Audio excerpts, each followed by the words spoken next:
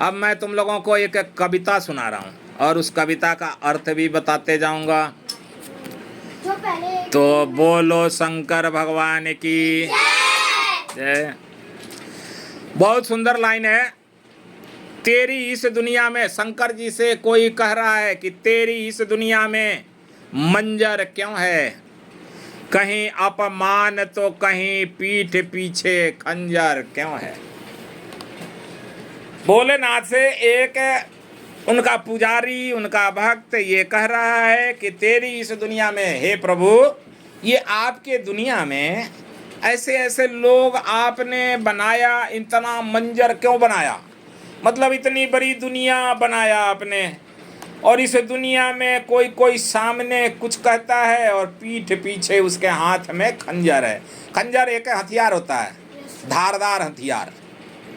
तो कोई कोई को देखना, तुम्हारे दोस्तों में तुम देखोगे, तुमसे ना तुम्हारे सामने बहुत अच्छी अच्छी बात करेगा, और जैसे ही किसी दूसरे गुट में चला जाएगा, है ना, वैसे ही तुम्हारी बुराई करने लगेगा।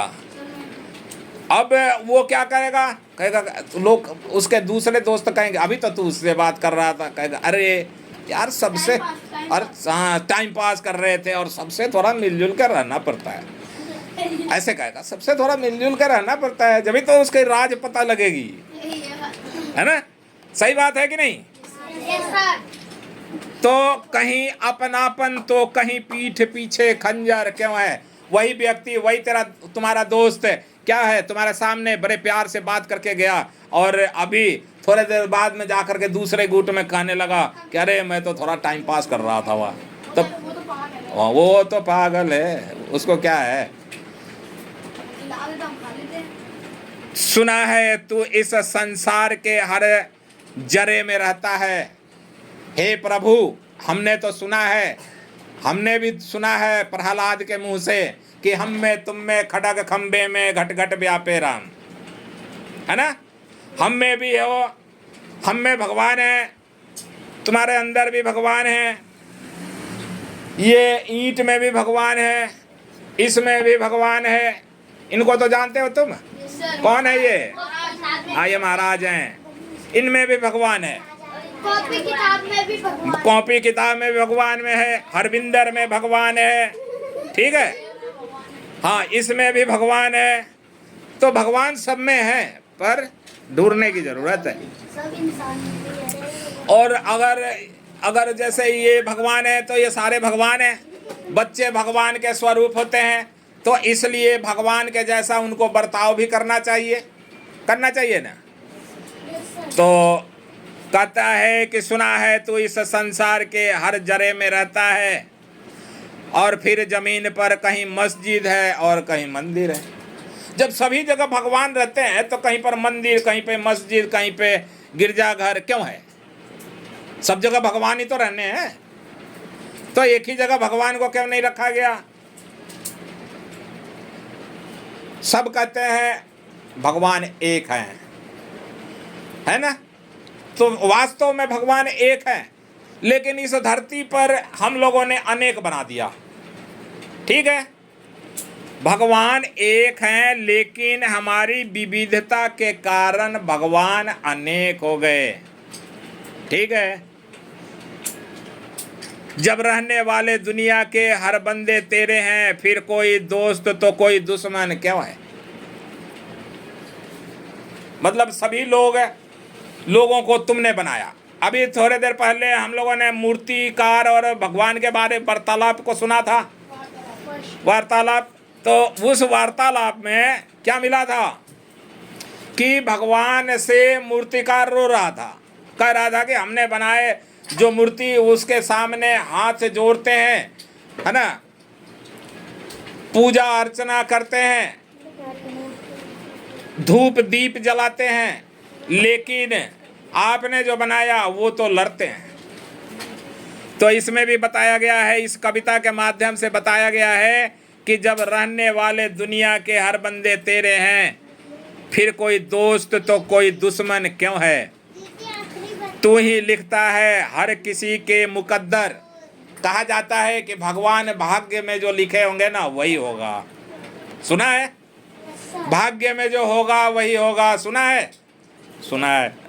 तो ये कविता में भी बताया गया है कि तू ही लिखता है हर किसी का मुकद्दर, फिर कोई बदनसीब और कोई मुकद्दर क्यों है? कोई बदनसीब और कोई मुकद्दर का सिकंदर क्यों है? मतलब भाग्य का बादशाह कोई कैसे बन गया और कोई फकीर कैसे बन गया। अब देखो, तुम लोग सुबह सुबह, तुम लोगों के माता पिता बहुत भाग्यशाली हैं कि तुम उनके घर में आए, और तुम बहुत भाग्यशाली हो कि तुम्हें पढ़ने लिखने के लिए तुम्हारे माता पिता विद्यालय में भेजते हैं।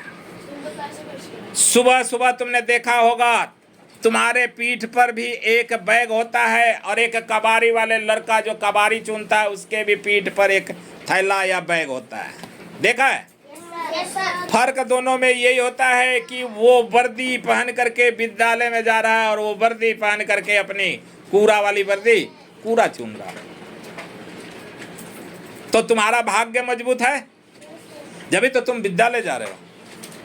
और उसका भाग्य कमजोर है, उसके पास इतने पैसे नहीं है, उसके माता पिता के पास अगर पैसे है भी तो पढ़ाना नहीं चाहते, वो सोचते हैं पढ़ लिख करके क्या करेगा, आगे कबाड़ा ही तो चुनना है।